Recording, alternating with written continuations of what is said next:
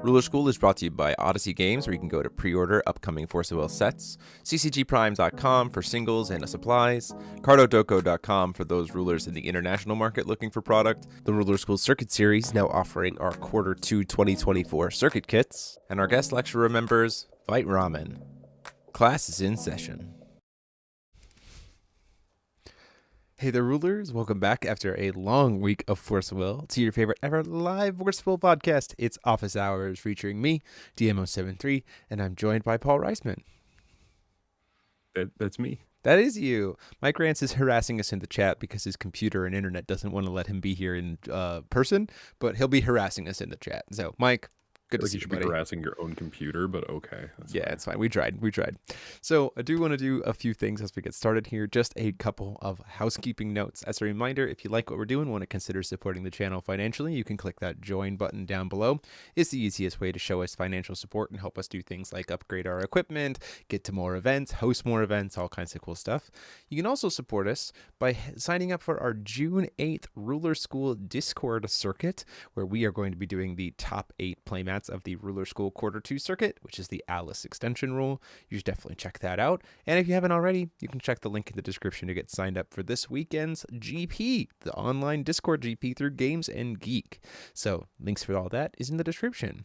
So we got some spoilers to talk about, Paul. Are you excited? Yeah, let's go. Yeah. So today's pod, we're going to be talking about spoilers. We're going to be talking about this weekend, the upcoming GP, what our thoughts about what that meta is going to look like, and then also our speculations on the ban list, because why not? It's a week and a half out. Let's go. Let's start off with, hands down, my favorite card, purely for its name, from this set. This is Pamela. I just absolutely love that her name is Pam. Just friggin' so funny. AAA assistant. 2 cost, AAA human, 0/1. Play this card or its abilities only if you're Wu Jia Wu. On enter, you can make a turn, target AAA resonator you control with total cost 2 or more that doesn't share a name with this card to its owner's hand. If you do, draw a card. Whenever a AAA resonator enters the field under your control, if you don't control a card named Pamela, your opponent controls 2 or more magic stones, you can put this card from your hand to the field. Until end of turn, you can't put more Pamelas into the field. This is like probably the quintessential card to make Wu Xiao Wu's tap ability good. Right? Because you want to be able to get to 3 AAA resonators entering the field per turn, and Pamela will help you do that. Especially when you consider, it's like doing some just kind of playtesting lines of opponent plays a spell, a resonator, you flash in Elsa to be able to target it and make it a stone. Elsa lets you flash in Robert. Robert lets you flash in Pamela. You put the Elsa back, or you put the Robert back in your hand for the Elsa that you're about to search for off of the Robert. And then Wu Jia Wu can put the Pamela back in your hand with his tap ability and then pop the thing that you made a stone off of the Elsa, right? So that it's like you end board state with an Elsa and you killed whatever your opponent put into play. And you drew a card. Right, so Pamela's probably going to be pretty important for the deck overall, and that makes me laugh in a way that I don't think I've laughed since Brad being first created. Right. Brad. I will say they named Robert and not Bob, which I think was probably a good move. This deck is just The Office, right? Like it's just I'm the guy in the chair, but I'm out here, and Pamela's the guy in the chair now. I just want one of these cards. I wish one of these cards was just looking directly at the camera, just like like a documentary. That's the vibes that I get from this deck so hard. But I want a full mockumentary of the AAA task force. Yeah, I do too. That's what we need. Forceful Company. Yeah, we need a mockumentary of the AAA task force. Robert is our Ron Stoppable, and Elsa's Kim Possible. Just the memes write themselves, which I'm here for it. Yeah, basically. Is Sarah Shigo? I'm so confused. Yeah, I don't know. I'll be curious to see exactly how this deck develops. Current kind of speculation is that the deck's probably playing like 2 to 3 Horn of the Sacred Beasts and 4 Gleipnirs. like base just to be able to like draw power itself through, because you need to find things like Pamela or other stuff to be able to get, you know, the whole engine online. And you want to be able to flip Wu Zhao Wu and recycle your Therion morphings, right? Like that's a big piece. Is if you can only judgment 4 times, you want to be able to recycle it. So I can imagine we might see more Pamelas in the play. I also think the deck might legitimately play copies of Chivalry's Tears and This Means War, because the deck doesn't cast cards. Right? So This Means War will always just be the first card you play, which means you'll get to play it for free and draw 3 cards, right? Or draw 2 cards, which I think also makes a lot of sense. And because Therion Morphing's also in red, then you have like Chev's Tears stuff that you can do with it. Like, there's something here for this deck. I'm very curious to see kind of how it evolves. But excited to be busting out 0-drop Regalia again, like the fair 0-drop Regalia. Not fair enough. Leviathan or anything. Yeah. This is still such a weird deck that unless I have cards in my hand, it's not going to make any sense. That makes sense. That tracks. So, the next card that was spoiled was Work Is Not a Job, but we've already talked about that card, so we're going to go ahead and jump over to Sarah, the AAA Opper. So we had Etna, who gets cheated in when your opponent plays a Resonator. We have the lady who summons the drone, who gets cheated in when your opponent plays a chant. Sarah gets cheated in if your opponent plays an addition. I do wish this said addition or Regalia. Not that Regalia are like, but Regalia are kind of becoming more prevalent again, with a J ruler centric format. I just, there's a world where I wish it was addition or Regalia just to cover all the bases. Cause right now a Regalia, just like they don't have anything to respond to it. But gets cheated in same kind of way before and gets you the anti-Arcana aiming, off the search, which is our 1-drop that becomes a 0-cut drop if you have Sarah, and it can destroy target Resonator or addition your opponent controls at total cost X or less, where X is the number of magic stones your opponent controls minus the number of magic stones you control, which is 0. So it will always be just however many your opponent has. So there's the spot removal for the deck for things that have stuck around. Yeah, not bad. Yeah, not bad. There's definitely tools here. It's more just like how do these all fit together, and which ones do you promote as being like part of the deck in certain numbers? Yeah, this is a deck that's going to be like which ones are 4 ofs, which ones are 3 ofs, which ones are 2 ofs, right? Like Pamela feels like a 4 of. Robert feels like a 2 of, because he's probably just going to be continuously put right back into your hand almost every single time, right? So as soon as you find one, you don't really need the others. It's kind of thing where I could see boarding more copies of someone like Sarah based on the matchup, right? Like I maybe play 2 to start with, but then if I'm playing against an addition heavy deck, I'll board in the other 2, right? That kind of thing. Some neat stuff there, and obviously, the sideboard for this deck is very, you have so much room because it's all just AAA stuff. And then we have a bunch of magic stones to talk about. So let's talk about those.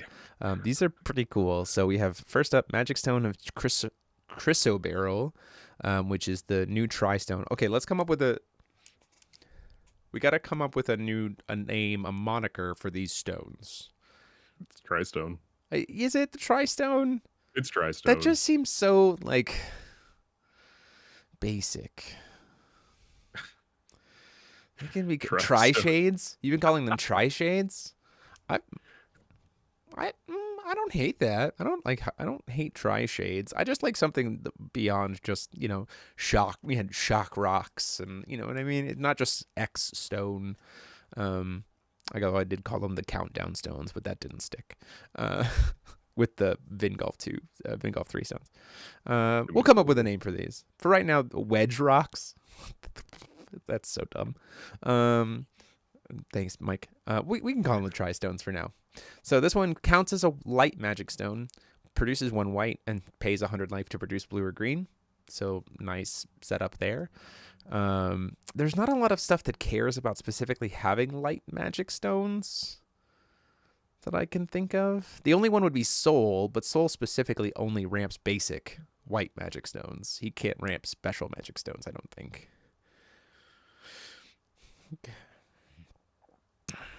Right? The 2-drop spirit, he can only ramp special basics, so that's not that huge. But it's still nice to have. Yeah. Next up, we have Fool's Gold, which is going to be an immediate 4 of in any Helen deck, because that deck's already looking like it's going to be mono white. Enter if you control a rogue, explore 1. Tap if you control the rogue, explore 1, and tap to produce white. So not only is it just on enter explore, accelerate the deck, but also it's a mana sink to accelerate the deck, which is like, okay, sure. So like that's pretty dope for that deck. You're just looking for like one particular thing, just tap them all before recovery and find might as well just one at a time, like tap, oh nope, tap, nope, oh tap, okay, that's it. Just fine. So yes, Selena says hi again. It's great for Helen. Celeste crying in the corner. That's funny. Lehen is who makes Celeste cry in the corner. Having now, you'll see this Wednesday. We have been able to open up the starter decks, here on the channel and play a match of the starter decks versus starter decks. Thanks to Tyler Tompkins. That's our feature match for this week. Is a showcase of the starters. You will watch Lehen get played and go Celeste who. It just truly. You will never go back. You will never go back to Celeste. It's not even funny. It's truly disgusting how accelerated Lehen is compared to Celeste. It's so funny. Next up, we have the Ruby of Lichen Blood, which is our fire magic stone that pays 100 life to produce green or black. Pretty solid color combination. Nice little Jund green, black, red for all of you Jund players out there, which is solid. Nothing really much to talk about there. It does mean Resonance Fire Magic Stone, so that's an important piece here too. So it gives a little bit more splashability to, we see like maybe some control gnarly Resonance decks or something like that. Could see this come into play for Order gnarly. Order is in general feeling like it's got quite a bit of leg potential going into this new set. It's the original Untouchable in that sense. So it certainly seems like there's some good opportunities there. And especially in a world with Mirror existing, Orders just being able to guarantee that their 1-drops hit board and don't have to worry about things like Mirror is certainly something to be explored as well. Athenia is going to potentially probably really love this stone. Yeah, for sure.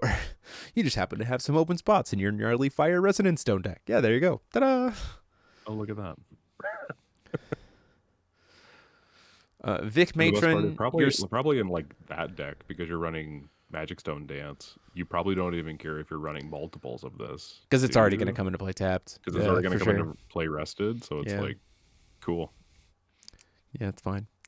Vic Matron, you're still I'm a little worried about. Vic Matron, 100% still Team Celesta.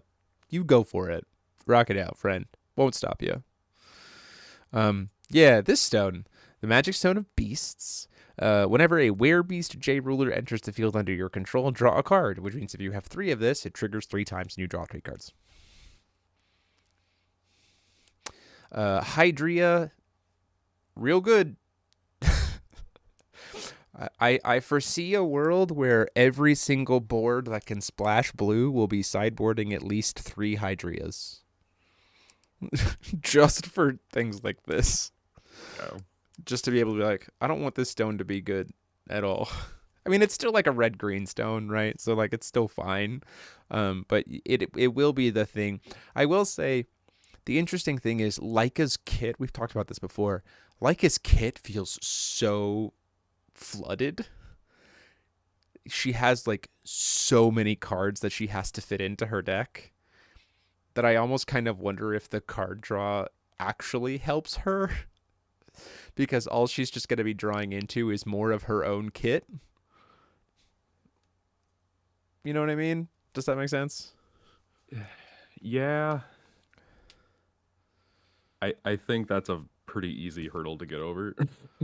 That's just fair. just saying, because I'm drawing so much, I can now play lower numbers of certain cards. That's And true. That's still, true. it still feels So maybe better. this is the stone she needs to be able to play less of her kit. Maybe. Dean Yeah, I mean, Batson ordered Zeus is a Werebeast J ruler, right? Yes. If she's ordered, she would be a Werebeast J ruler. Yep.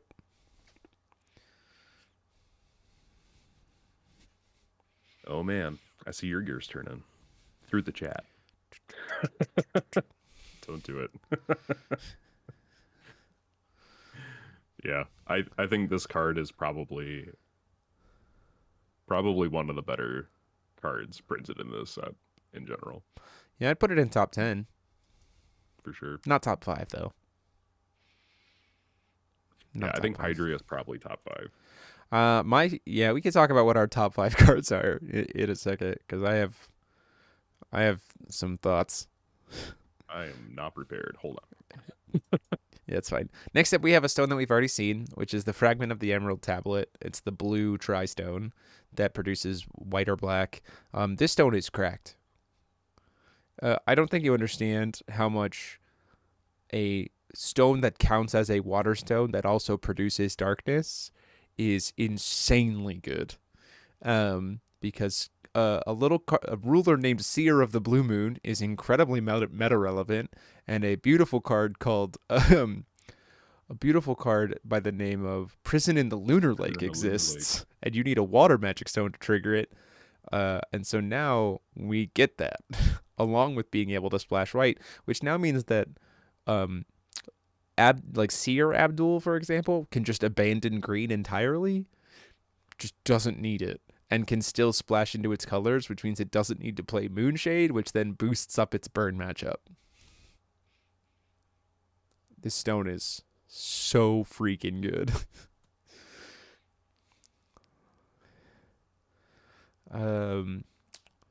It gives you more selection when drawing discarding. Yep. Also kind of buys back the card you need for judgment. Yep, for sure. Yeah. This card is just... This stone is so good. Next up we have... I believe this is the only AI card art in the set. Which is weird, because when I first looked at it, could not tell that this was AI. This is Spirit Stone of Alexandrite. Enter, you may put an elemental spirit resonator from your hand into the item area. Tap to produce 1 void, or tap to produce 1 will of any attribute shared with a card in your item area. This is obviously Lucy's stone. It is pretty good to help Lucy get off the ground, and is probably a standard 4 of in her deck. So, yeah, this is pretty good. It just helps her be able to play to her color wheel and get really flexible with how she wants to be built. So I think that's really nice. Mm-hmm. Yeah, this card is pretty solid. I like that it's... There's been this phenomenon in Force of Will where blue ruler is actually not a blue ruler, is actually just 5 colors. Yeah. And this stone, even though it's a Omni stone, it doesn't necessarily take away from the blue identity of Lucy. Oh yeah, I agree. So just from like because all of her spirits have blue in them at some point, right? They're all either base blue or blue X, right? So at their core, this is still a blue stone, which I think is nice. And she was also given a good gimmick, yeah, for sure. The spirit elemental spirit like archetype is very, very cool. This stone's pretty solid. Yeah, and to your point, Rusted, it's hard. At least it's just a stone, which is nature generated anyway, so it's hard to not realize it first. That's what I'm saying. Like, I looked at it and I was like, oh. And the only reason I caught it is because someone posted a post about it on Facebook being like, AI art? And I was like, oh, I guess it is AI art. I hadn't noticed. Your top 5 until you play with the set. Witch number 9, Aria, Mirage Spirit, Hydria, and the Junstone. It's an interesting top 5. My probably number 1 card of the set is the blue-black 12 Sacred Knight. That card is so freaking good. Yeah, that's very high up there. Yeah, that card is so freaking good. Very, very, very Um, good. Next up, we have Magic Stone of Remnant, which we've already seen, which is our wind magic stone that produces white or red. Nothing really to shake a stick there. Um, Next up, we have Fossil of Remnants, the stone for Utsunes, which produces green, or once per turn, hard once per turn. You can produce one green one time, spend this will to play cards with Remnant from your graveyard, play only one digging catalog ability per turn. Which, remind you, for Utsunes, that's double green, Mm-hmm. or double time. Mm-hmm. Very But they good. learned their lesson in making it a hard OPT. Good job. Yeah. So still helpful for her, especially because her stuff tends to be a little bit more heavily costed. Um, but yeah, it's a nice stone for her to have. Yeah, this card is very, very good for Utsunes. Specifically for Utsunes. Very, very good. It's also, I mean, Um, I suppose it's not terrible for Yokoshima either because he does have cards that are like double void, right? So then it's like this stone. So there is a world where this stone plus like breaking the chains in the graveyard becomes just tap a stone, play breaking the chains, because you can burn one mana counter for the other void cost, and one mana counter for the red for breaking the chains. But I'm gonna be real honest, guys. I'm not really sure breaking the chains is that good of a card. I just don't, especially because these tri-stones are stones that people can search off of there's the breaking the chains hit. So I don't know. I just of the all the stone is pretty good in terms of like it makes elixirs level 1 cost. That's true. That's true. Destruction of the portal, which is addition destruction with remnant, also That's becomes a true. 1 cost. That's true. But outside of that, there's not really anything too crazy you can do with it, which I appreciate. It's Yeah. mostly just whatever is in Utsune's pool. Yeah. That's what you can use it for. For sure. It does mean that Utsune's technically. So the other thing that it does is it does mean that Utsune's can play Forbidden Words from graveyard for just one. She gets like a 1 cost cancel because you can use this to pay double green for Forbidden Words, which then also helps her because it also mills 2 cards to the graveyard. And one thing I totally missed on Forbidden Words is you don't have to actually cancel anything. Forbidden Words doesn't have to have a target to be cast. It's just it's up to 1 target. It's up to 1 target spell and then mill 2. So like that's actually pretty good for her. So this stone also pairs really well with that to help her dig through the deck, right? Although she's probably also playing things like Death Speaker Monk to like mill 3, at quick cast speed, that kind of stuff. Yeah, there's some decent stuff. Yeah. Next up we have Magic Stone of Sympathy, which is our Darkness Magic Stone that produces blue or red for paying life. Not bad. Not a bad stone. Yeah. It's good for Cthulhu's. It is good for Cthulhu's. That is true. And then we also have Magic Stone of Empathy, which is Gandinia's Stone, 1 black, or pay a black, deal 300 damage to yourself. If you spend this will to play a card with Gandinia in its name, your opponent can't cancel it. Or tap, produce double black, deal 500 damage to you, banish this card, play this ability only if you control a Darkness Witch J-Ruler. So if Gandinia is flipped, you have access to more will and damaging yourself, which then procs Gandinia. Pretty solid stone for her, honestly, all things considered. This might be the win con.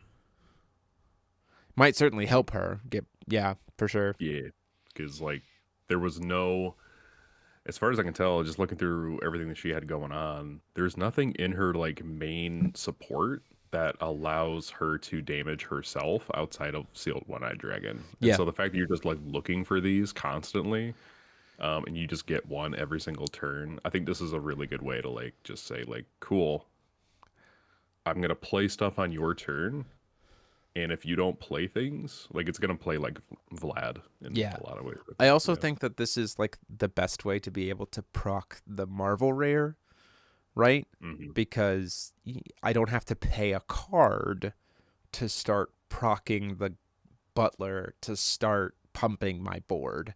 I can produce will, and by producing will, pump my board. Yeah. Which I think is a really big way for her to be able to push in. I wouldn't be surprised if she starts playing Final Battle. Is that weird? Yeah. Maybe. I don't know. She might not have enough life total to be able to do that because she doesn't actually redirect the damage until she's a J ruler side, does she? Well, and it's not damage, right? You're paying life. Sure, yeah, that's what I mean. But like, my thought was like, oh, she'll have life, so then she'll ping. You know, if she takes damage, it goes to her, so you're safe to go down in life total. But Sealed One Eyed Dragon is probably Hmm. the better overall thing. Um, Gandinia flip cast to Symphony, call 4,000, call 3,000, so that Gandinia Oh, takes that. she's gonna play Null Magic Stone too. She's probably gonna play No Magic Zone as well. Yep, for sure. Yeah, which means she doesn't get access to Zhuge Zhuge Liang, Liang. yeah, Yeah, for sure. unfortunate. That's okay. She's got this That's stone. okay. She's okay. Yeah, I think she's doing just fine. She can also, I guess she could, if this doesn't get combo banned with Zhuge, she could just abandon Nullstone and play this stone instead. And then Zhuge can proc that way, right? Yeah, That might be fine. which is certainly interesting because then it's like it's definitely taking her into red black. Which is sealed one-eyed colors. Yeah, so I mean, like it makes sense. Yeah. Hold on, I want to look at something. Just want to look at the wording on Iman Home. I think it's pay 3 life. Yeah. Yeah, it's pay 3 life. Okay, let's talk. I think that's all the spoilers we have. Starting tomorrow, we will have more Grim Cluster support. So that'll happen. We don't know exactly what that new Grim support is going to be, but I'm curious. If it's going with the current theming, I would think that it might be more for like the rulers from Pilgrim Memories that didn't feel like they got enough support or just like still need a little bit more. So things I would think of being like, we already saw Grimia, right? We saw Abdul. We saw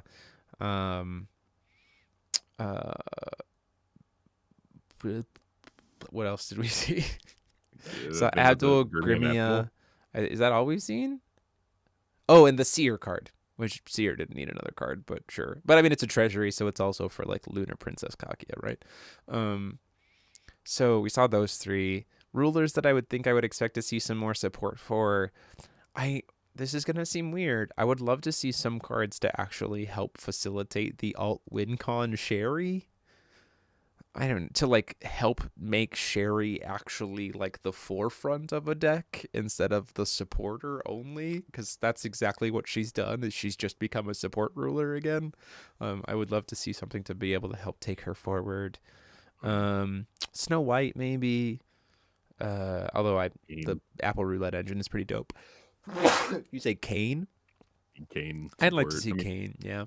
Bandolier was a really good jump forward, and so was Seth, but we need more cognates. Crimson Girl specific. I can see that. Joan d'Arc. Yeah. I could see Joan. Yeah, Joan d'Arc. I think she's like right on the cusp, right? I think they could give her something that would put her in a good spot. And almost, So, Fiend of Dark Pyre needs a lot more. Yeah, I could see that. Either this set or next set if they continue to do it. Yep. Give us werewolves, you cowards. Oh, we saw Arya, Liberated Vampire. We did see for Christy. Yep. Yep. For Christy. We saw that as well, which again although she already has proven herself that she can be a frontliner, not just a support ruler. So that's for sure. We'll see what comes out of it. Okay. And that's our spoilers for right now. Yeah. Full set out next week. Let's talk about this weekend. Yeah. We are not going to be casting it because it's my anniversary weekend. So I'm taking a weekend off. and this meta is going to be weird. So it just kind of happened to line up because the starter decks are going to be legal, but it's a webcam event and not everyone's going to have access to the starters. So let's talk about the cards from the starters that are going to be the most influential. Breaking the Chains. This is like the only event where it will be relevant, in my opinion, because people don't have the new Tri-Stones to be able to go dig for it if a Breaking the Chains resolves. Mirror, and the anti-cheat-in spirit, Muse Spirit. Those are like very good. Those are like the 3 cards that I think are going to be most influential over this weekend. Which makes me think that deck set will be good. I think Kilowa's gonna have a hard time dealing with Mirror. Maybe. I don't really know what that deck does against it. Hydria's not out yet, so Kilo it might be fine, but we can speculate about whether she exists in a week and a half anyway. Paul, what are your thoughts? Like, what comes to your mind when you think about, you know, the cards coming out of the starter? Is it, you know, are the rulers from the starter going to see play? Is it just going to be the cards, and what would you put them in? Like, what are your thoughts? So in like whoever shows up to this, I think we are definitely going to see new rulers being played because people want to play with new rulers. As far as stuff we see going into the top cut or being things you need to consider, I think everything that topped last GP is certainly still on the table because we don't have a ban list yet. A couple of cards that we didn't talk about are the Sphinx, which is a 13/17 that can't be canceled. As long as you have a water ruler with judgment. Ruler, yeah. So I mean, like, there's certainly water rulers with judgment that you can get away with.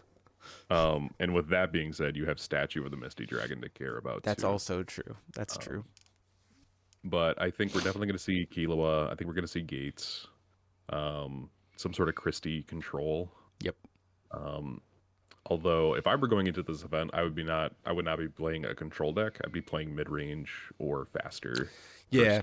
Personally, I was talking with Shunpo earlier today, and my thoughts is I honestly think I'd be on Grimalis for this weekend. Yeah, Grimalis is also very solid. Grimalis gets to make the most out of every single card in this format, that like the new cards that are coming in. We can play Sphinx because it can play to the mid range and likes having a wide board, right? It has a water ruler with judgment, so you can make stuff untraceable. It's a water ruler, which means you can make no wind ruler, which means we can make use of things like Misty Dragon Statue for actual spot removal, which is really nice. We can make use of Mirror, which is really, really nice. We have good addition hate. We have good ways to get around the decks that are trying to play Mirror, because we're not really casting a lot of cards. We're doing a lot of cheat in, which means we do have to be mindful of the Muse Spirit, right? But the deck is able to kind of play itself in a way that can, you know, set some stuff up for that. You could always do things like, you probably can play a couple of copies of the Ice Wall card, right, to be able to help you deal with cards like the Cheat-in Spirit.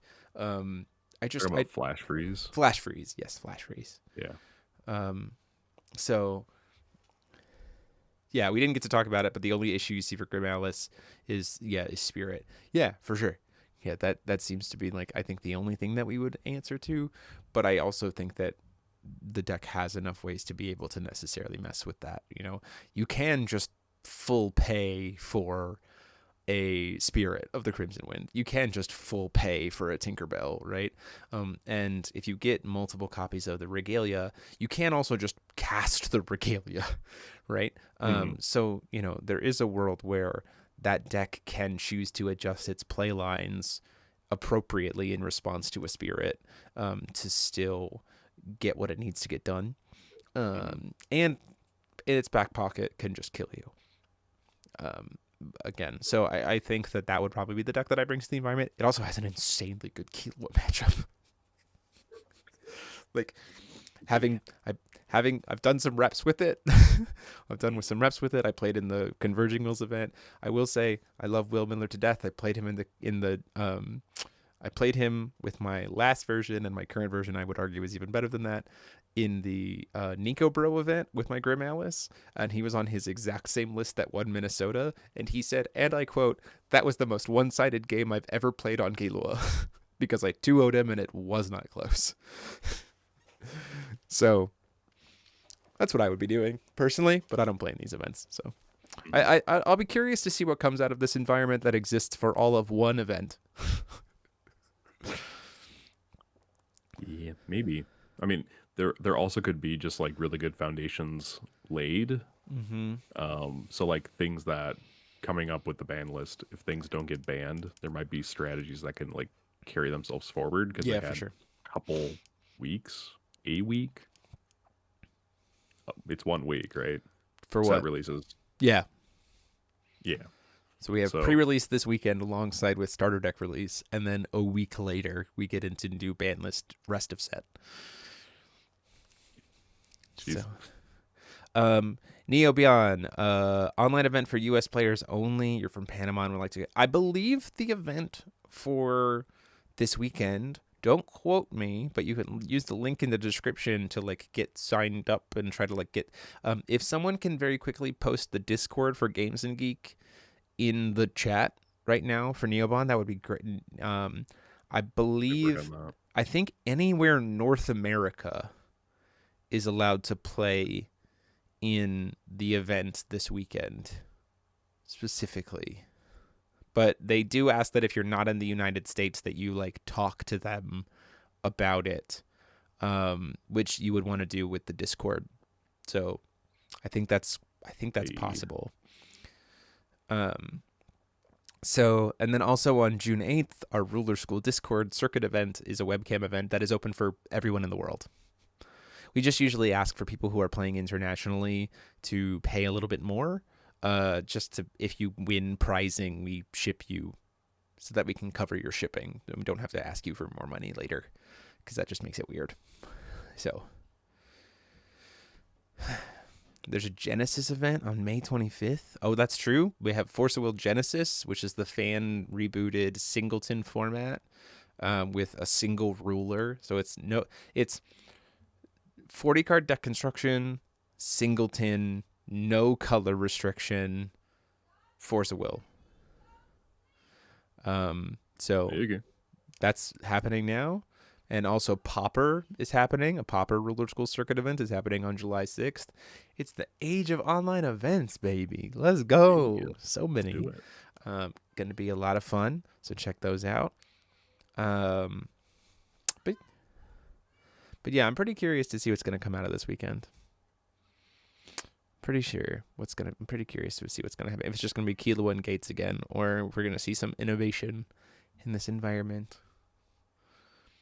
How many turn one plays are going to be stopped by a mirror? Yeah, it makes me wonder, just like from a competitive standpoint, like how much effort do you put forth into solving this meta or trying to solve this meta, knowing that this is Mirror's first metagame and it will just carry through into the next one. Yeah. Like how much do you... Shunpo, I made this maybe too early to ask, but you know when you'll be able to ship the Atlas Circuit kits? They've already been all shipped. All of the stores should have their circuit kits for the Alice mats. So if your store hasn't received it, let me know so we can figure out what happened. Because those have all been delivered. The minimal context of Shunpo, I think it's on your way to you. No, it should have been there about a week and a half ago. Oh. But if Shunpo is not the one who ordered it, then it might just be that your store just hasn't told you that they have the kit yet. But the kits have been sent out. Yeah, definitely check that out.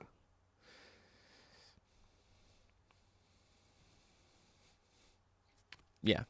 Talk to your shop owner. Oh, okay. That makes sense. Okay. So let's talk ban list.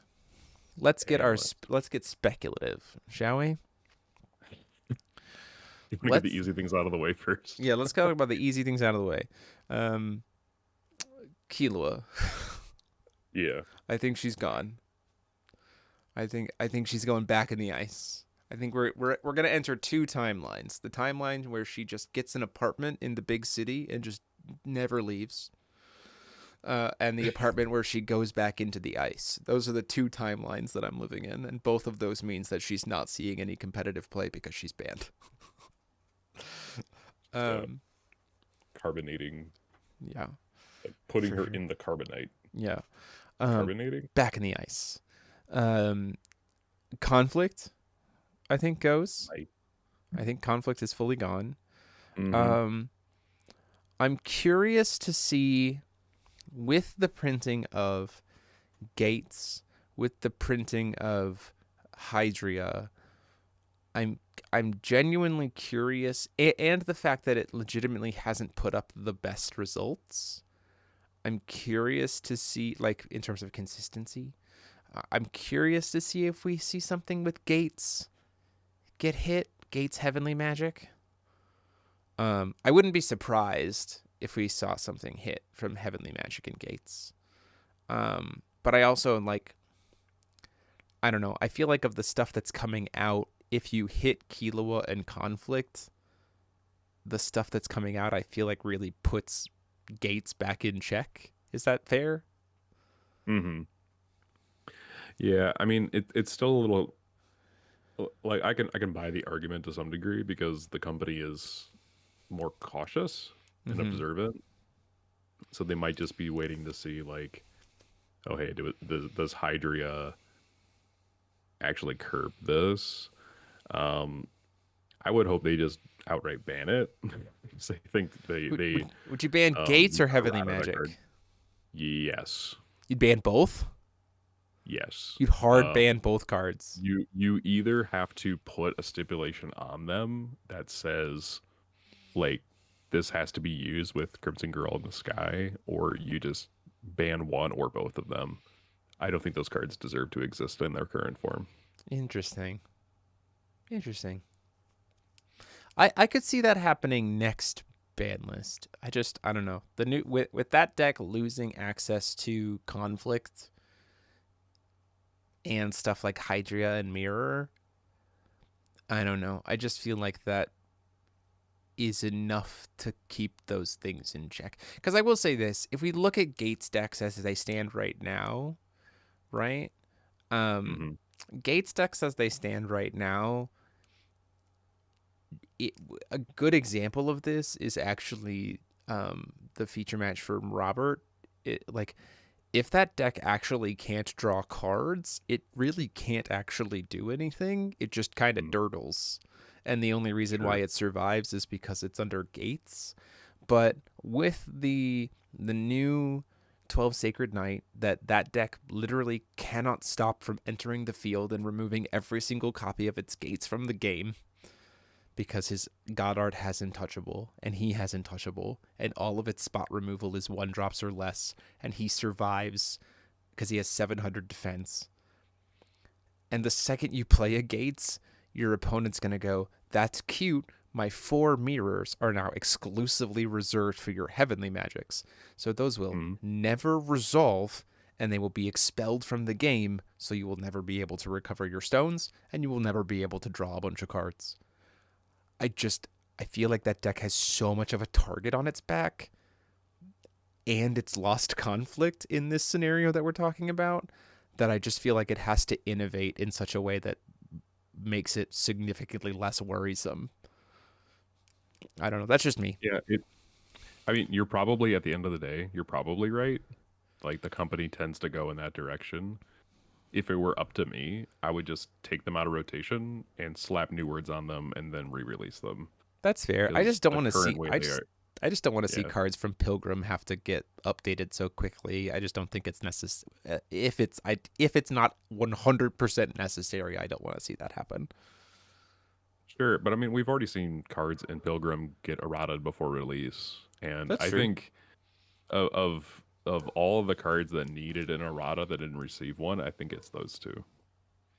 That being said, again, if the company doesn't do it and they're just like, this is fine, um, okay, Sure. but I would like to see those cards gone. That's fair. just from the precedent they set.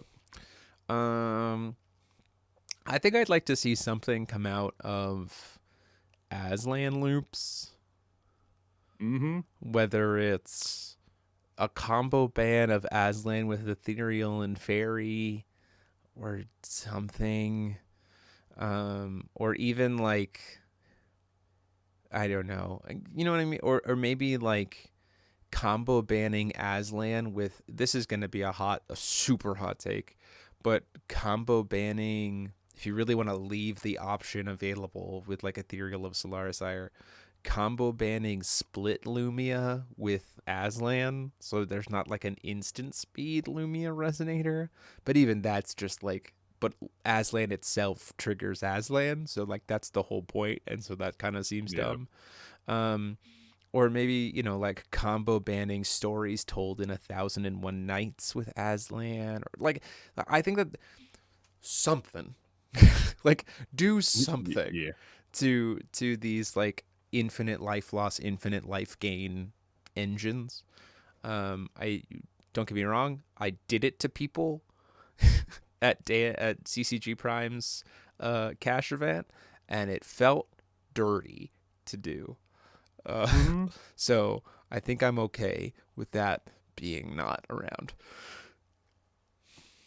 Yeah, it turns out when you print cannon soldier like effects in this game, where you just get to infinitely sack things for damage, it's bad. Don't do that. Yeah, it's not even damage; it's life loss. Yeah, You so just it's kill even them. worse, right? You could have just put, you could only use this effect once per turn, and then you would have been fine. Yeah. But Or okay. Aslan could have said not named Aslan. Or that. Yeah, But but I think Aslan is something that enables the cannon soldier loop. yeah. You know what I mean? And Like Ethereal's the actual threat, right? So doing something to Ethereal's the yeah, actual answer. it's like don't punish Aslan for printing a card that just loops everything. Yeah. Don't do that. Yeah. So I think you could do something to that. I wouldn't be surprised if we see something to that effect, because Mm-hmm. that loop has been successful. Like it's cropped up in top eights and it won Poissy. So like Mm-hmm. it's on people's radar. Mm-hmm. Um, if you hit something with that loop, I'm not sure if Lumia needs any other hits, because we've kind of already had the conversation about gates. We've talked about the idea of like sort of progression plus Lumia, but I also think with the prevalence of all this untouchable stuff coming into the environment, I think like you're just gonna see decks adapt to make cancels weaker. So like, Yeah, maybe. especially because like sort you think like, oh well, if I can't cancel it, it'll just bounce it. Sphinx like, well, I have barrier 1 or less, so sword can't even bounce me. You know what I mean? And then like Yeah. the heavy hitter cards, then sword loses not only not being able to cancel them, but also can't remove them. So then you're like, I don't care about sword. You can have infinite swords, whatever. Mm. Yeah, Hydria in as well. You can't cantrip and cancel. Like it's a natural -1 or natural. Yeah. So it's just like, I don't know. I don't think necessarily something's needed there, but It has kind of spilled over into other places, maybe where it shouldn't be. It's yeah. been like a really good package for like several formats at this point, right? Mm-hmm. Ever since War of the Suns. Yeah. So I put it on the list maybe, but I I could think see there are more something. pressing cards. Is it weird that I think the hit is actually sort of progress plus liberate the winds as a combo? Liberate the winds. Like liberation of the winds, the unchaseable put two Oh, you cards mean back to pop yeah, something. yeah. Like That kind of makes sense. if you want to hit something with swords, I feel like you could do that as a combination ban, Hmm. right? Um I feel like that's probably doable, right? Um but even then, that would be like, I don't even really think you need to do that. It's just kind of like, if you wanted to, you could, which I think Hmm. goes to show that like, what, we're like 6 ideas in and we're already kind of like, I don't really know if we need to do anything else. Yeah. Like, I don't know. Gonna pull up the list. Wonder what Typhon bans we will get this time. Listen, at this point in time, just ban the boy. Like, if they're gonna hit anything else with Typhon, just ban him. He's fine. He's lived his life. And I'll say this too. And I'll say this: I have played against Typhon. I played against Typhon in the Nico Bro event, and I lost game 1. And we were playing untimed, so if I really wanted to sit there and grind it out, I would have. But I was in game 2, and I was incredibly far ahead advantage-wise, but I just didn't want to sit there for the next 50 minutes trying to take his life total down from 10,000. So I was just like, I gotta go. I just don't want to do this anymore. So, like, if Typhon gets the X purely for the sake of, like, player experience, I mean, it's fine. Mm-hmm. He's had his time. It's fine. Let him. He's okay. Let him go. Stop.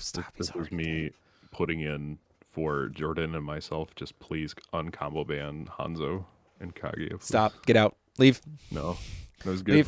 Leave. He's fine. Leave. He's not. Leave. He's okay. We have so many ways to make moons. Leave. Fine. Fine. The Nico Bro tournament sounds like a joke. No time limit. What was this? It was because we like scheduled our own matches and we had like multiple days to play each round. I'll be right back while you talk to the crowd. Okay.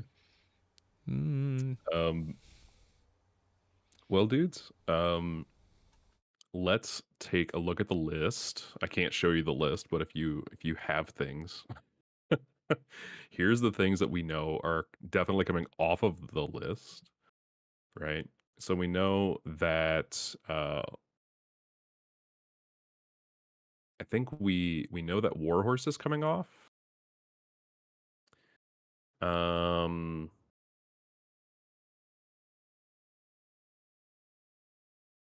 Cheer stream. Paul is stuck again. Oh my gosh. I mean, you can interview the chair if you want. I'm totally fine with that. We know Engineer's coming off. Demonic Dead is coming off. We also know that Carlina, sad. It's also coming off. Sealed One-Eyed Dragon's coming back, which is probably the most important card that's coming back. And then outside of that, I'm not really sure what else. Here comes Paul Reisman with the steel chair. And Severing Winds is coming back as well. But definitely, like, I don't think anything else is coming back. I know here on the channel we talk about sometimes Otherworld Dreams could come back. That seems really kind of relevant. I'm not really sure what else could come back.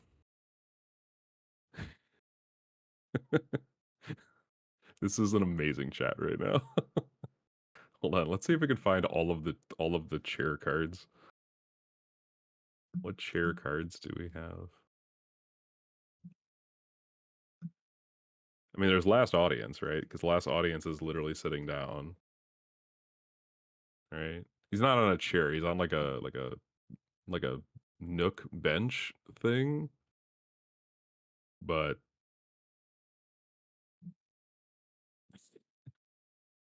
yes, exactly. What sandwiches would these witches have? What sandwich does Utsune's have?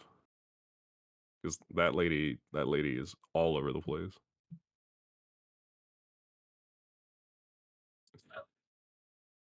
Oh my god. Tuna sandwich for Utsune's.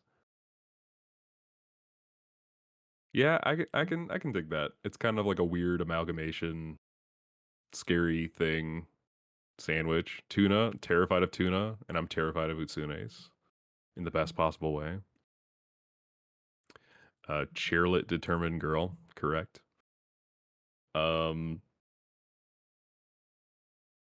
Yeah, this is a better idea. We're back. We're back. A dinosaur story. We're back.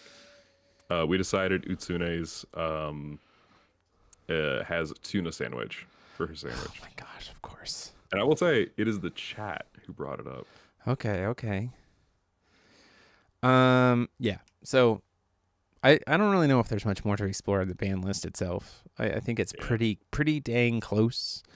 Um, I'm sure there's something I'm missing, or I'm sure there are cards that they might consider to hit just to prevent them from getting out of control, right? Because I think the important thing about a ban list overall is not only hitting the prevalent things, but also being mindful of what rises up when you ban those things and seeing if those things need to also get hit to like not just go from one chaotic format of super intensity to another.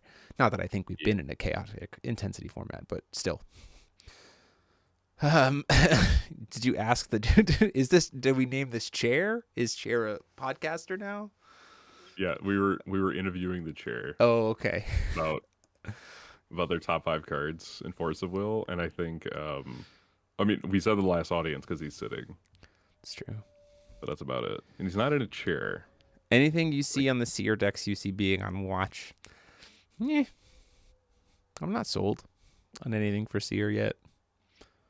I don't know. I think decks pivot to being able to answer seer, especially for entering a format where we have things like spirit to prevent stuff from being cheated in that have barrier, or stuff like that, or just like playing to a decks that have eternal, or just kind of taking your time and being patient. I will say Grim Alice's matchup into Seer's decks is just like, well, I'll just Cheshire Cat you to death because then you mhm. can't kill anything and then you don't get trials procs. Like you can deck build to mess with Seer decks. So I don't think there's anything necessarily out the gate that I think needs to be hit with those right now. You bet I Spy misses hitting an important card. Um, I don't think anything. I don't think anything from the starter decks is suddenly going to influence the environment to the point where we'll suddenly have a change in the ban list. I don't think there's anything like that. I don't think this GP influences that in the slightest because it's a format that doesn't exist for more than a week. Uh, so funny that you guys interviewed the chair. So that's top 5 cards of the set. Shouldn't put to kind of close it out. For me, I think honestly, number 1 card of that set is that 12 Sacred Knight. I think that card is Which one? the 2-drop 12 Sacred Knight, the blue black one. The blue black one. I think that card is insanely good. I think it will be here for a very long time. I think it's just a very, very solid card. That's like my number 1 card of the set by far. 2 Friends and a Cat, I also think is very, very good. It's in my top 5. Because it messes with a lot of different stuff. I think Hydria, certainly, I don't know, maybe Hydria might not be my top 5, maybe 6th, like an honorable mention. Muse Spirit, I'd put at number 5. I think Muse Spirit is my number 5 card of the deck. Sphinx, 100%. Sphinx is insanely good. And then I think Mirror is in that slot as well. So let's see. That was Sphinx, Muse Spirit, 12 Sacred Knight, Mirror, and then I've got one more. Oh no, 2 Friends and a Cat. That's my 5. You'll notice the theme is that all of those cards have blue in them. I think another honorable mention is Lucy's Subruler. It's like, yeah, that card is amazing. I think that's certainly in my top 10. I think all of the cards in my top 10 would all have blue in them in some way, shape, or form. Yeah, you named all of my cards. I'm also really excited for Remnathrobos. Yeah. Our giant. That card just feels like it's going to be really good to play. Force of Water would be great. Yep. Force of Water for sure. Wait, hold on. Is the Horned God Phil or is the Giant Phil? I think the Horned God is Phil. Is the Horned God Phil? Phil. All right. I don't mind the Horned God. It's pretty good. But yeah, I like our giant multi-collapse boy. Just remove all of the resonators from the game. It's such a fun effect. I was also just talking Oh, okay. Remnanthropus is Phil. Okay, for sure. I do just want to point out. So if I had to expand it out to top 10, right? We already said Muse Spirit being number 6, the Subruler for Lucy being number 7, Misty Dragon statue being number 8, like for sure, hands down. Hands down, that card is easily in the top 10 cards for me. I think. Trying to think of the other colors. I think Horned God is very good. I think I'd put it in number 9, the 9 slot. And then I have a special place for Flash Freeze in my heart. It's because it's this really interesting way of like giving us removal in blue. Sure.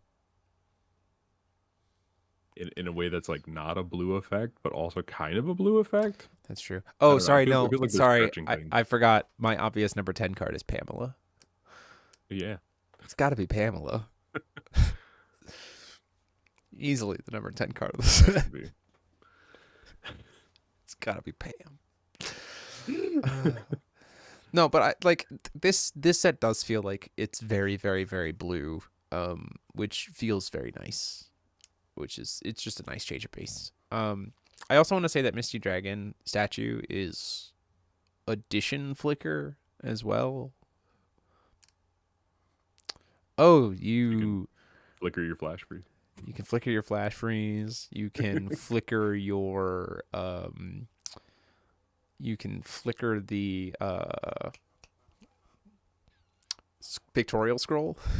Oh my gosh.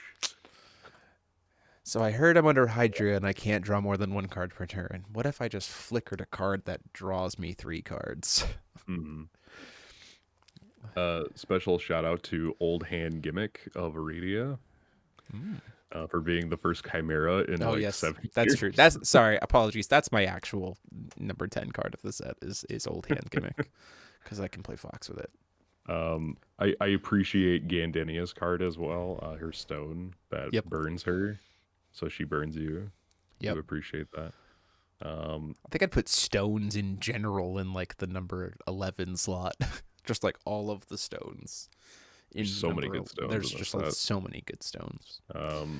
Honestly, like most of the Leon cards are really good. Like Armor of the King of Kings. The treasuries, yeah. Just give everything on your field that's not a J Ruler Eternal. Pretty good. It's pretty solid. Pretty good. Really good card against breaking the chains because it protects your stones, and breaking the chains is 3 separate sentences. It's destroy your own, destroy your opponent's, your opponent searches for a stone. So if they just give their stones eternal, you're just like, hey, thanks for the ramp. Cool. Appreciate it. That one card. Hey, thank you. The Ega treasure is very good. Yeah, there's a lot of cool stuff in this set. I'm really excited. Speaking of stuff in this set, this Wednesday, you will see our unboxing video of the starter decks. You can see the breakdown of how those go, and you'll also get to see me and Tyler Tomlin square off with Lehen versus Yokoshima. So we'll see how that goes. And also this week, we'll have decks profiles for Paul's Seer Christie list that he played last week. And then next week, Wednesday, we've got the pre-release that we're going to do for Odyssey Games on Wednesday night. So we'll be live streaming that, and that'll be great. So we'll hope to see you there. And then maybe later this week, we'll have another Prog Series episode because we're still working on that project. Got to finish out Atlas Cluster. So we'll see how that goes. But thank you all so much for being here. As always, I have been joined by Paul Reisman. That's me. So this is Timo73 saying, class dismissed. Have a good night, everybody.